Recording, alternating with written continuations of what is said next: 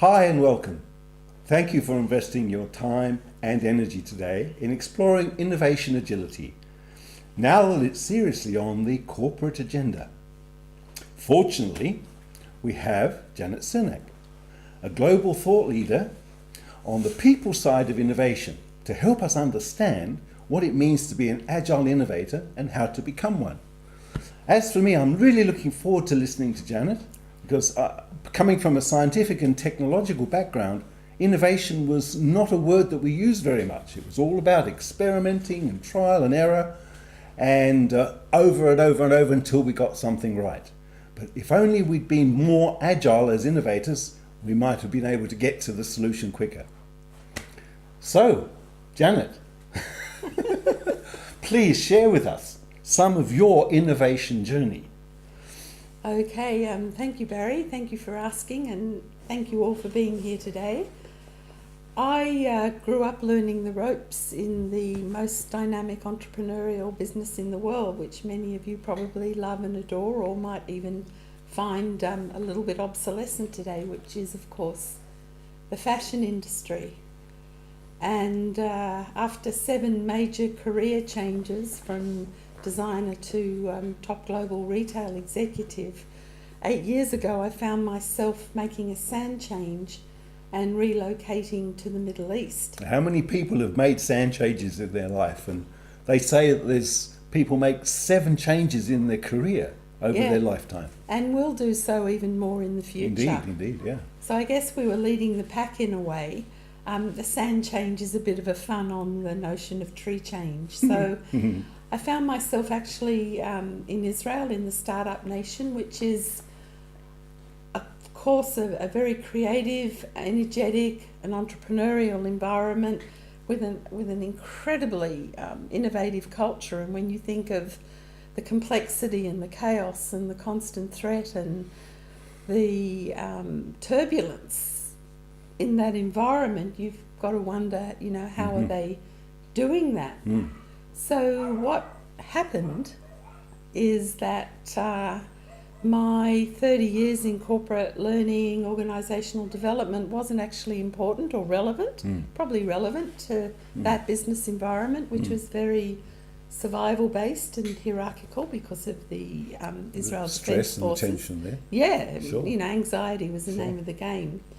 So I came to what I call a pivot point, where I had the opportunity to do more business as usual, or do things I hadn't done for 20 years, like sales training or negotiation skills training, which is not my bag as a serial innovator, or to actually take a reflective stance and look at what were the opportunities, what were the possibilities, what were the problems. And here I am in a microcosm of all the world's problems, terrorism, refugees, water scarcity. So what could I do differently? So I made actually what I call an intentional shift in a changing context and created a startup that is imagination. Very brave. Very courageous. I guess I didn't know what I didn't know, and that's the best way to start with innovation, is from not knowing. Just reflecting back to myself, we put on a white coat and work in a laboratory. Could literally be anywhere around the world. You wouldn't know what was going on around you. You just had your project to work on, night and day if necessary, and as I said, you wouldn't know where you were. You just focused. But what you've done and where you've been is totally different to that. Yeah, completely. So, what is being an agile innovator? Why is being an agile innovator so important to people and business today? Great question. I guess, and we all know it, the only constant is change, and we don't know what's coming in the future, and tomorrow's speed of change will make today look like we're crawling. And of course we're at a disruptive innovation festival, so we need to become very agile. And when we talk about agility, it's really about that whole thing to be quick and graceful, like a cougar. And you can see here that the cougar as a totem represents or symbolises our ability to accept and direct the course of power through our lives with grace and speed. And I love those words, grace and speed. And I mean, can you imagine bringing that language into the corporate environment? No, It's never quite could. different. Never could. I'm noticing you're using a lot of these emotional feeling words as well as cognitive words. Why is that? Another really great question. I guess because I had my own deep learning experience of what it means to be innovative, to challenge the status quo, to play in an area where everyone said I couldn't. As an older female, Anglo, not from here, you didn't grow up. What do you know about startups? And because I faced so much, I guess, adversity in so many ways, and I had the determination to plough through, I realised that when you're asking people to do things differently, you're actually asking them to open their minds, so they need to think differently. So that's a cognitive process. You're asking people to open their hearts, which is much more about connecting emotionally to the purpose and why you're doing something, and to open their will and get them to take action, so kinesthetically in their body, because they're going to explore uncharted territories. They're going to leave the safety of the shore and do things that they might never have done before. So it's almost a holistic and a strategic and a systemic process. I'm beginning to understand that. So how then do you describe innovation agility, and who is an agile innovator? Great question. So this took me a long time, because I follow, to make simple, because I follow Ed Catmull's philosophy is that from complexity and chaos comes simplicity. So very simply, it's someone who knows how to be present to, see and respond to complex adaptive systems, the unexpected and the unplanned, so respond to complexity and chaos.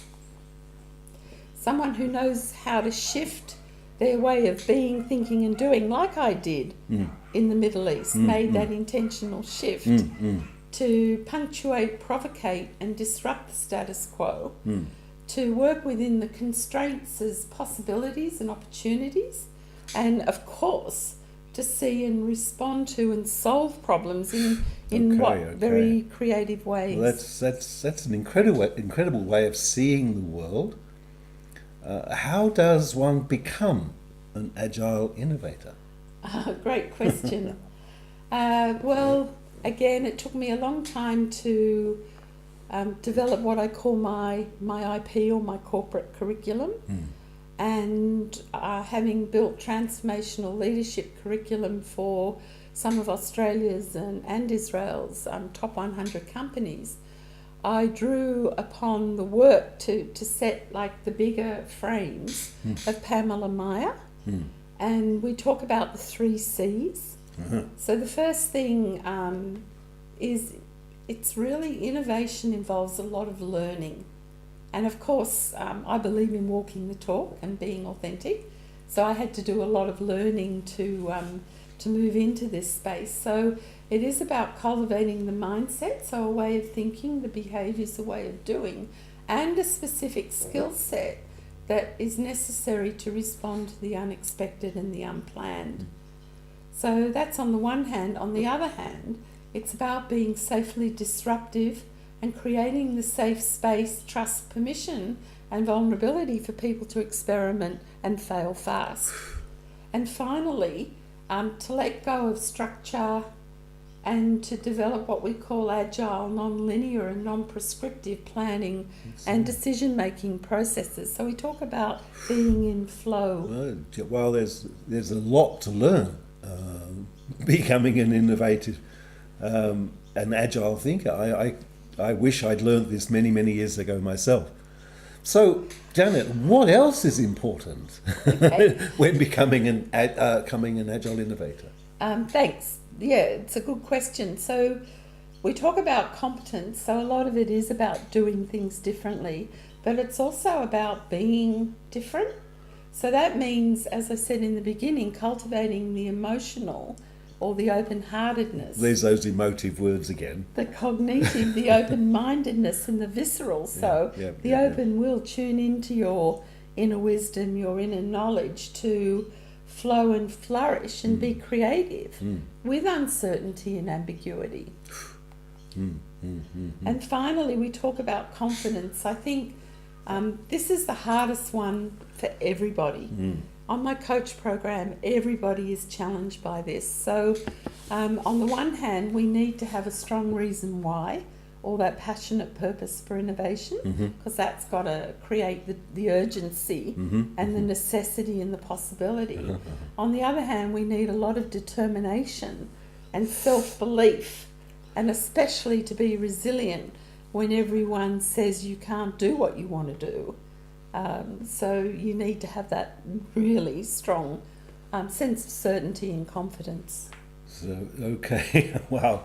So what then is your final message to someone to become an Agile innovator?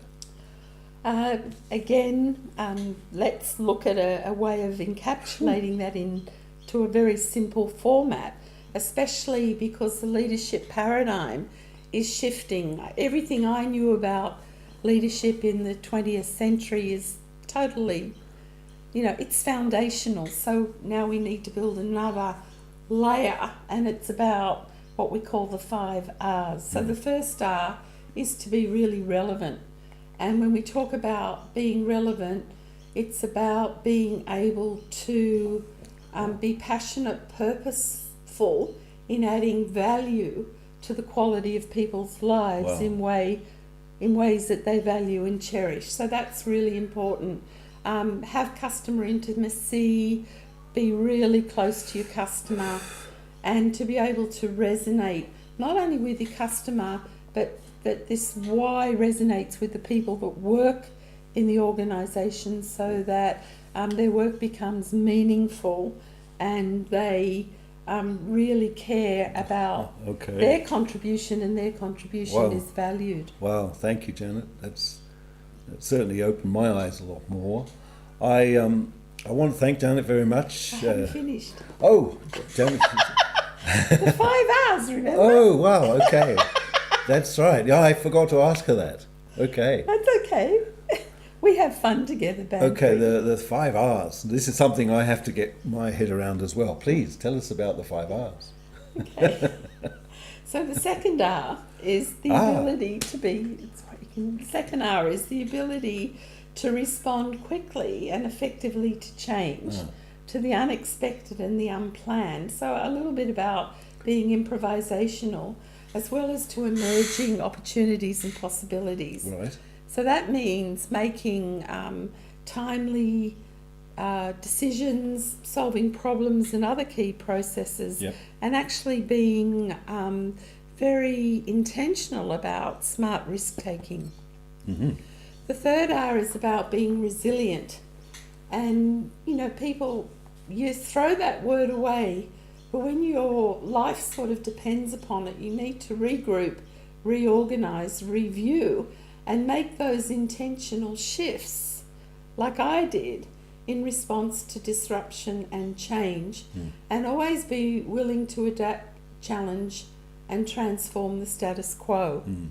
And of course, be resourceful. So in my case, when I came up against so many barriers to creating a startup, then the number one resource that I exploited fully was the internet. So I used the internet not only to build a network, but to also totally re-educate myself in this space. So to be aware of, use, learn all the resources, so human, technical, environmental, as provocation for creativity and innovation under pressure. Wow. And of course the last R, which is something Peter Senge says we all need to learn to do as leaders in the 21st century, is to be reflective. So going back to my example, being able to take that time out to retreat, reflect, to go into silence and stillness, and to learn by doing. So what works, what doesn't work, from experience, from play, and expand that capacity Yes. for review and reflection, and continually ask those provocative and disruptive questions to effect discovery and learning. And it's all about continuous learning. Wow, okay. That's the key. I'm glad we didn't miss out the 5 R's. They seem to be probably pivotal to this whole thing. I mean, They are, and they're much deeper leadership competencies than anything we've ever considered before. I hope our audience will forgive me for nearly cutting that short. So I'm glad we did that. And now, please, thank you.